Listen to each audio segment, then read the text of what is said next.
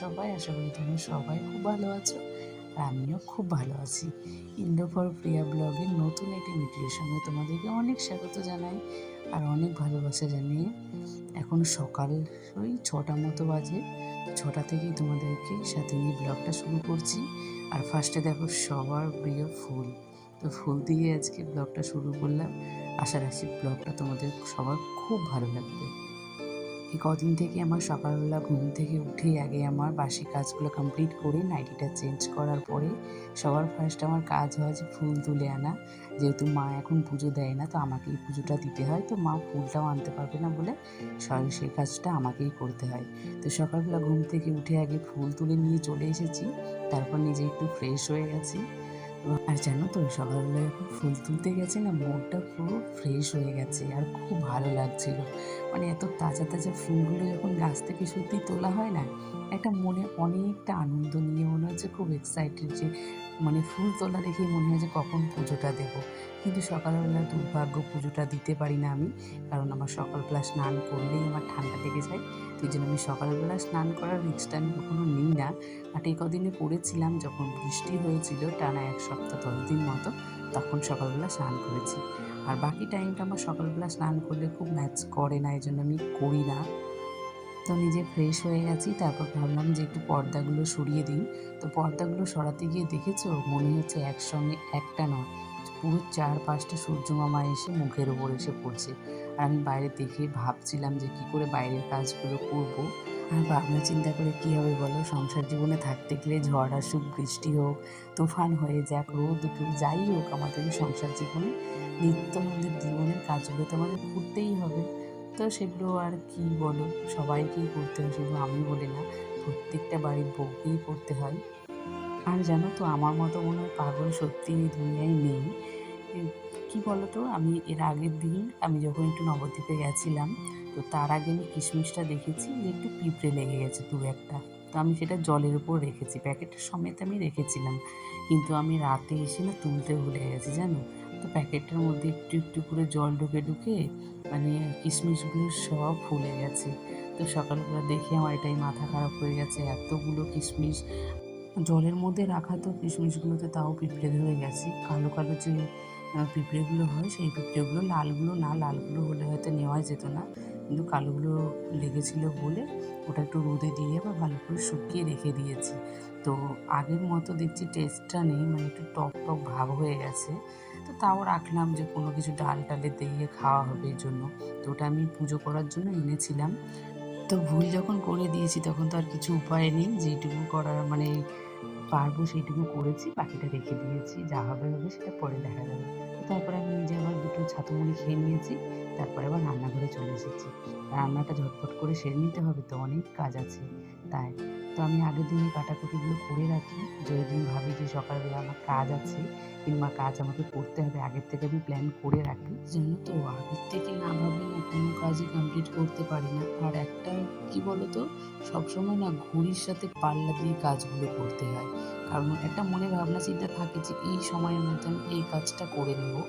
এটা মানে থাকে না যে আমার এই সময়টা একটা প্রয়োজনীয় জিনিস আছে, এই সময় আমাকে এই কাজটা করতেই হবে।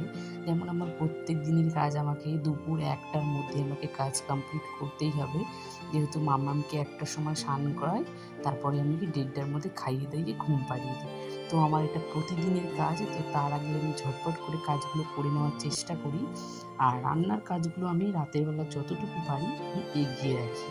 তো আজকে রান্না হয়েছে বেগুন দিয়ে আলু দিয়ে ভোলা মাছের তরকারি। তো আজকে এটাই শুধু রান্না করেছি, কারণ কাজ অনেক আছে আগেই বলেছি।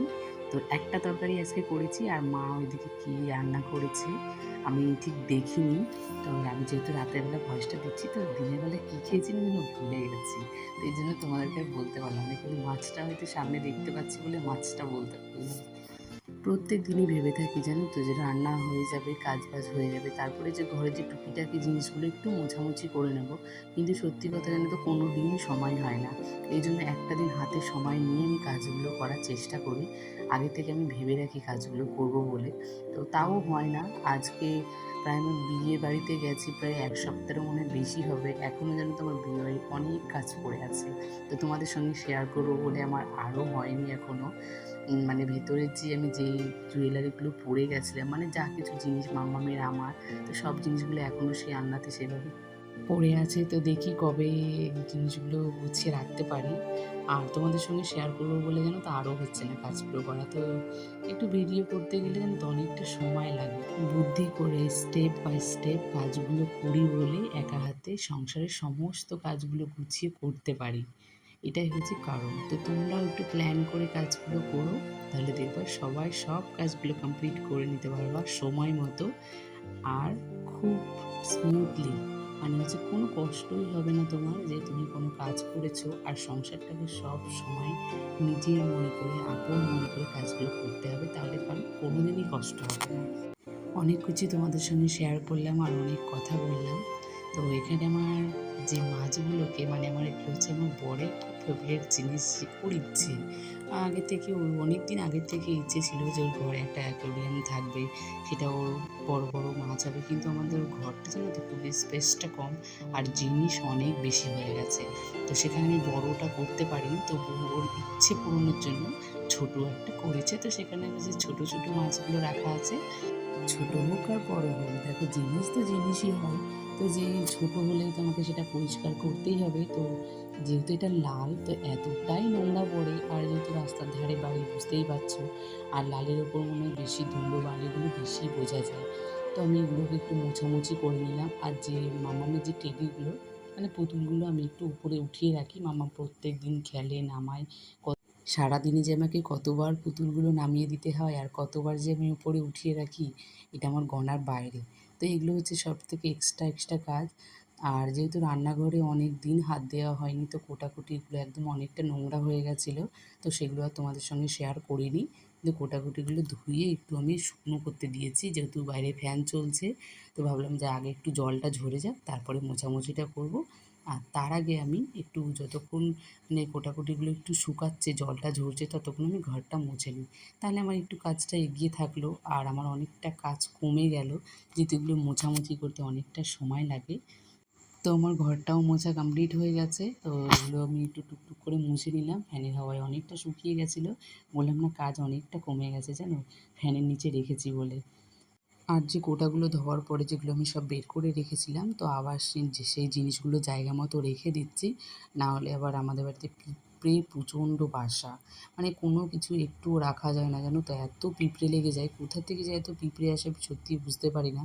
কিন্তু আমাদের বাড়িতে একটু বেশি, সবার বাড়িতে আমি মানে সবাই এসে তো বলে এত কারোর বাড়িতে পিঁপড়ে থাকে না, কিন্তু আমাদের বাড়িতে অনেক পিঁপড়ে। আর এখানে দেখো ছাতুটাও ঢেলে নিলাম। এর আগের দিন হাফ ঢেলেছিলাম, তো হাফটা আছে এখনও। তো আবার ভাবলাম যে একটু ফুল করে রেখে দিই, তাহলে আরেকটু কমে যাবে। আর এখানে দেখছো বেসনটাতে কত পিঁপড়ে লেগেছিলো, আমি একটু অনেকক্ষণ রোদে দিয়েছি। তো চলো বন্ধুরা, আজকের মতো আমি ভিডিওটা এখানেই এন্ড করছি। ভিডিওটি যদি একটু ভালো লেগে থাকে তাহলে প্লিজ একটা লাইক করে কমেন্ট করো, আর আমার চ্যানেলে কেউ নতুন এসে থাকলে চ্যানেলটিকে সাবস্ক্রাইব করে দিও। টাটা।